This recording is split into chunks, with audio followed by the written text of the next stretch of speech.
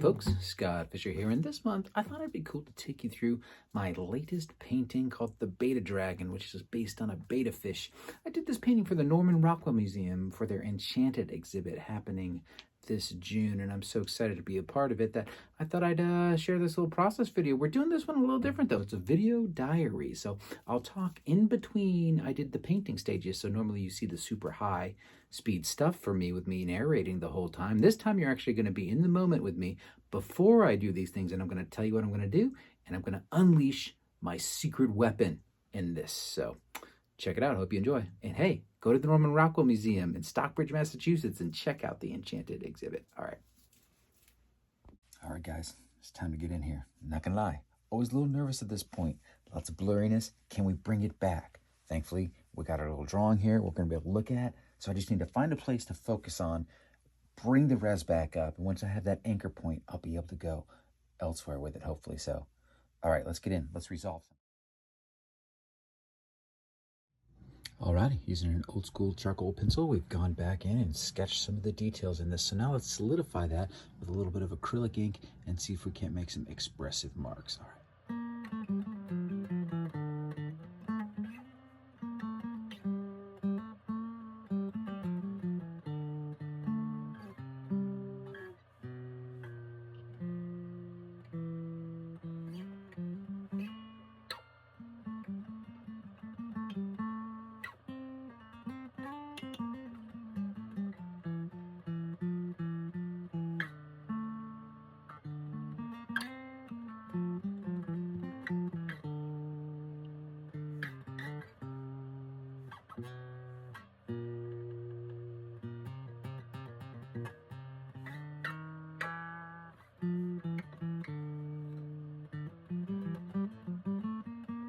Well, things are cruising along here, and I'm getting a lot of my drawing in, but I'm running into an interesting issue. I used clear gesso, which I don't usually use that much, and I'm finding that even like my fingernail can draw on it because of the pumice or whatever, and that's sort of really starting to distract me a bit. So I'm a little concerned about it, to be honest with you. But so I think I'm gonna try to put some gel medium over here and try to knock some of this, whatever it is, down. All right. No panic necessary, right? Just because everything I touched with that gel medium kind of ghosted white. I'm sure when it dries, it's going to be clear again. But that's kind of the nature, I think, with this clear gesso. If I put like a thin glaze of something on top of there or a little medium or something, it kind of went to a white, and it will eventually go dark again once it dries, I believe. But in the meantime, it's sort of distracting to work on. So anyway, maybe in the end, if you varnish it all, it'll all go away. But in the meantime, I've just put gel medium all over this. We're trying to knock down how powerful the clear gesso is, and we'll see what happens. All right. No fear, right? All right. Crisis averted. You can see that everything dried back to darkness, and now when I run my fingernail over it, it doesn't leave little white lines everywhere like it used to. So we should be able to get right back into it. Hey, maybe it left a little bit of tooth for us to have fun with, right? Hey, texture, happy accidents, all that stuff. All right.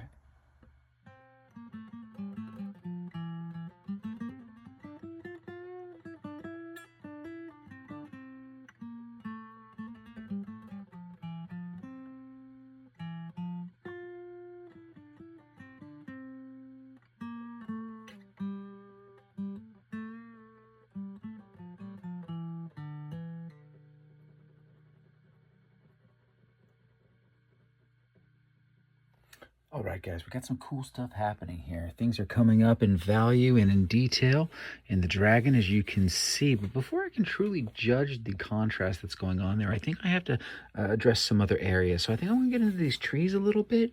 I don't want them to be super realistic. I want to keep them patterned and interesting. We'll try to channel some Ivan Durrell on those things and see what we can get, but I don't really know. So let's find out what happens.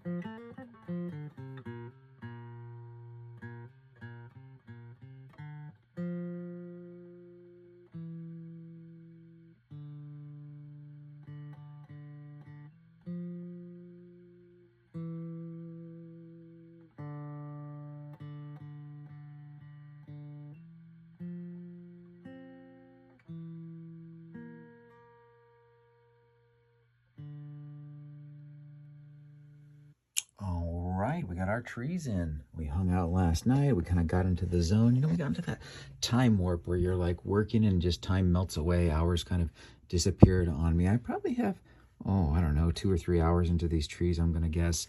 You know, I tried to keep them stylistically interesting, almost pulling on 1960s vibes for them. Notice I kept like them higher in value back here so that they wouldn't compete with the dragon. So we got some atmospheric perspective happening on those. And as you get down, you get a little bit more details in the trees and they get a little bit darker, but nothing is set in stone here. I might decide at the end to go in and, you know, screen all of this back by scumbling in some lighter values on top of them to set them back. But before I can really judge that, I got to get this building in there. So, you know, that's, I think, the next mission, folks. But all right, trees, check. Time to unveil my secret weapon, Theresa Green Fisher.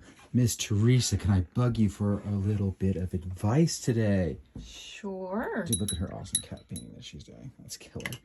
This is Theresa. She's amazing, and how fortunate am I to have this fantastic person here to bounce ideas off of. Okay, Theresa, here we are with the dragon. We got a little bit of glare there, but okay. So you see I did my trees. I did.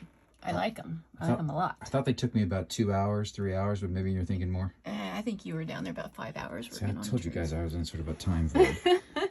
All right, so Theresa, I think the next thing I can do before I can really commit to anything finally is I'm probably got to get in this building, yeah? Okay, yeah. All right, and do you think, I have a theory, like, the value seems really dark at the moment, but I have a theory that if I do white lines on top of it for the building details, it might give it a very cool look. I think that could be pretty cool. I mean, you have this gradient going on, which I like, but I still feel like this whole area should be at least 20% lighter. But that line work might do it, you know. Yes, we'll see. We'll tell more once you get the roof line and everything all set up. Okay, so I think that's the next thing, and then I'll be saving these for last. All right, any advice as I'm about to go into my building? Anything you think I need to address here? Well, I keep bugging you about the foot. So when you work on your building, make sure you reconstruct that foot. Okay, I've got a foot to work out there, guys. I tried to do this cool thing where it's the toes split around this tower, but maybe it's not working out so good. So I'll have to address that, and you know, we'll have to see if I can convince the awesome Theresa that I can pull off that foot. Okay, guys. Can't wait to see the building.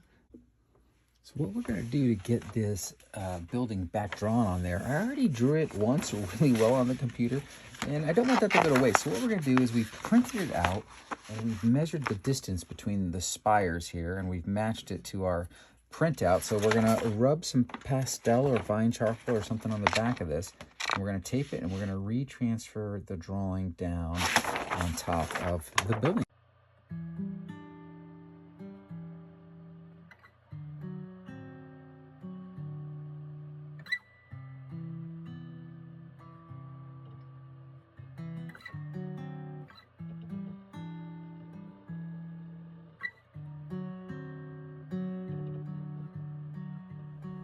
Here it is, all drawn up. Mixed myself up some FW acrylic ink and kind of an orange color, and we just went ahead and inked in the entire building. Now I think I gotta scumble some paint on there and do something else to it, I'm guessing, but there it is.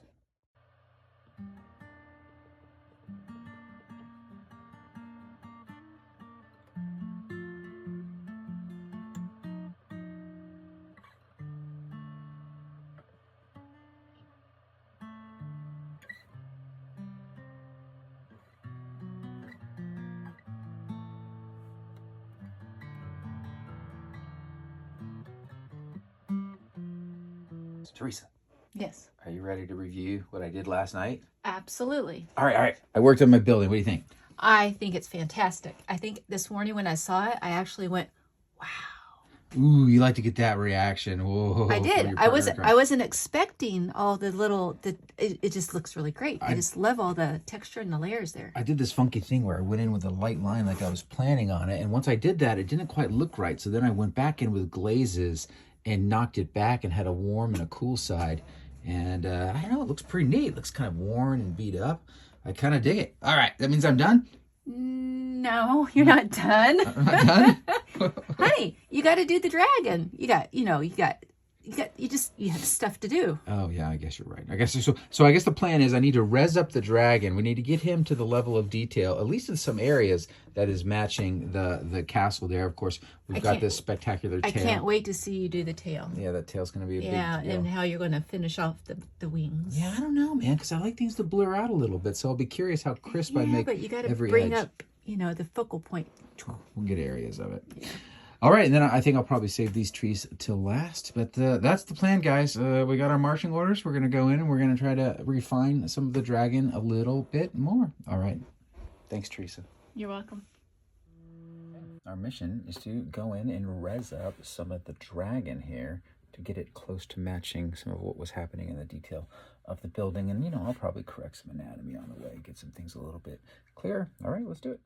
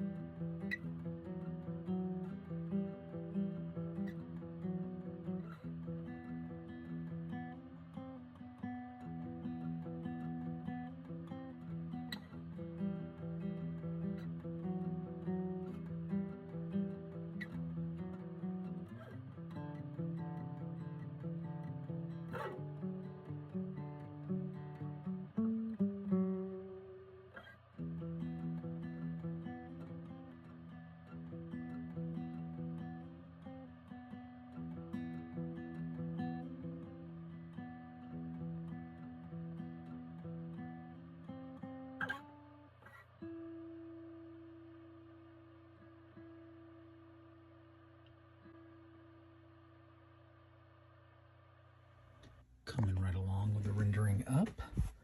So we brought the shoulder stuff up. Let's see if I can zoom in on that.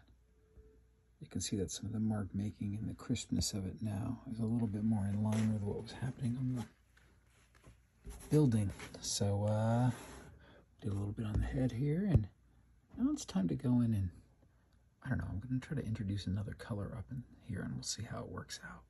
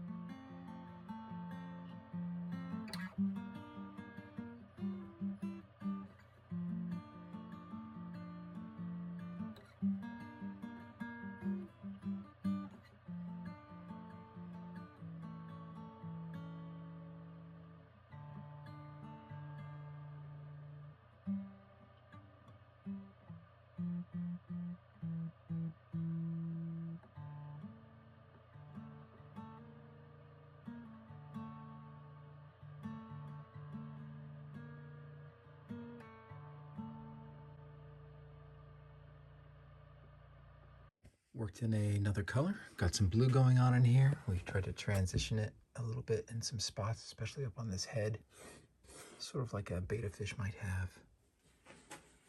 Worked it down into the wings a little bit there. Sweet. Okay, man, we're getting there. I think the next thing to do is to address the tail. Try to make this happening. All right. After we do that, the trees and, man, final adjustments. Getting there.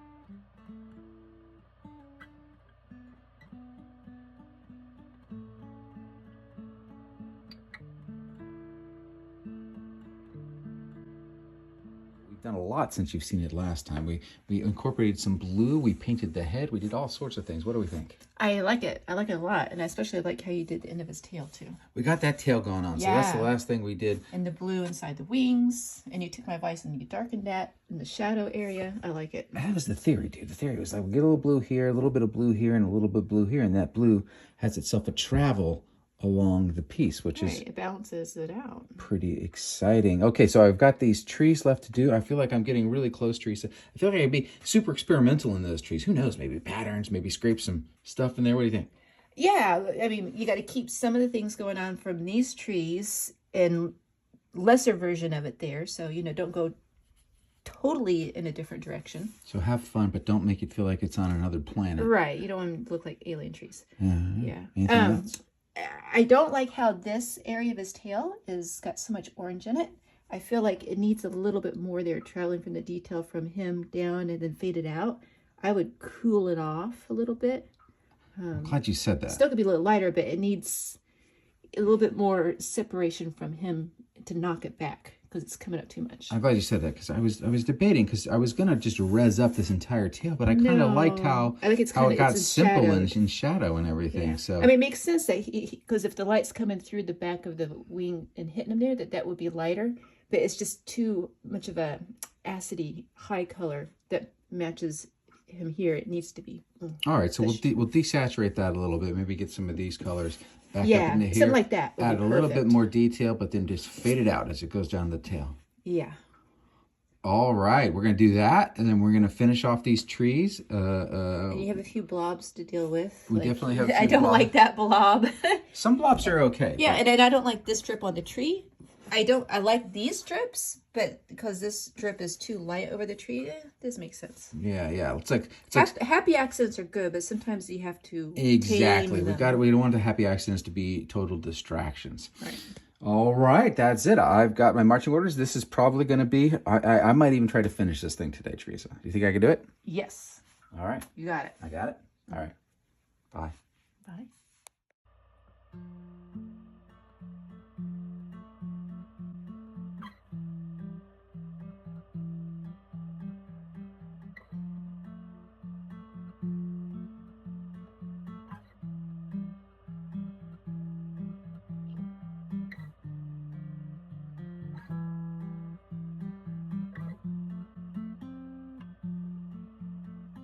Well, alrighty then. We got it done. We went in and we cooled this down. It was a little bit hot, and now we can see the toe from the other foot a little bit better on there.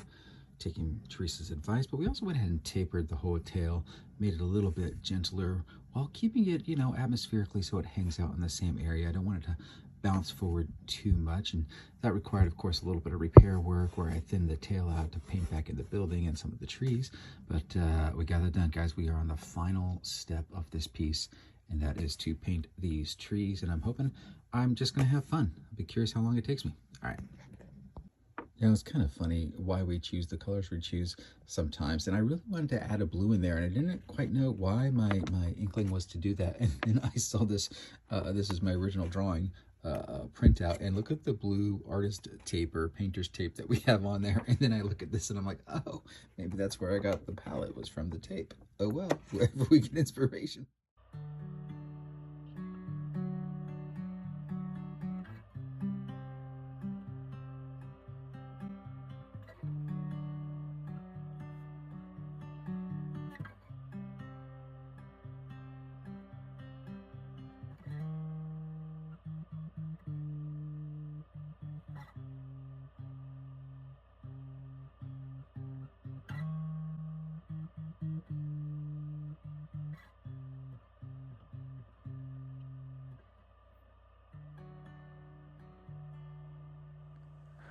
All right, Theresa Fischer.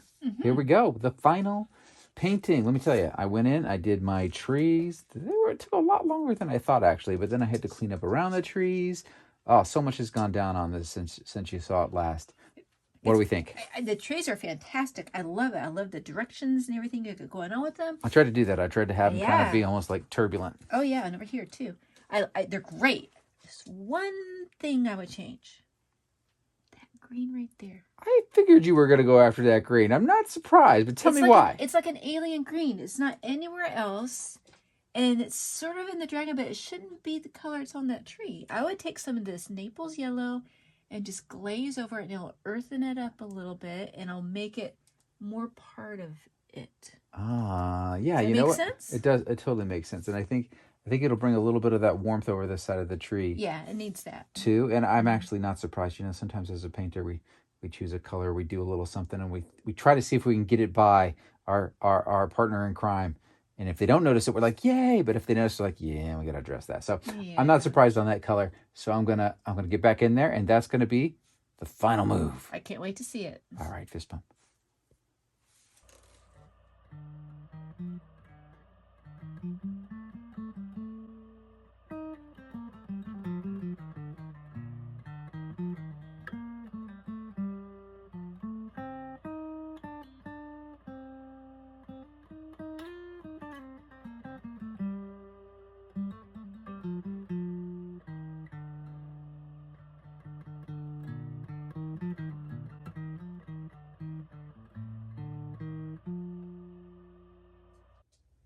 Okay, here we go. It's just what it needed, Scott. When you're right, you are right. The color change did a good job. But the other thing, and this is what Theresa told me I needed to do. I had already done these like cool, almost semicircle designs and the little spiky designs in some of the other trees. And I hadn't done it on the big tree. And Theresa's like, you need to put that on the big tree. And I'm like, oh my God, I need to put that on the big tree. So you were 100% right, Theresa. Trees are done. I think we can call this done, dude. High five.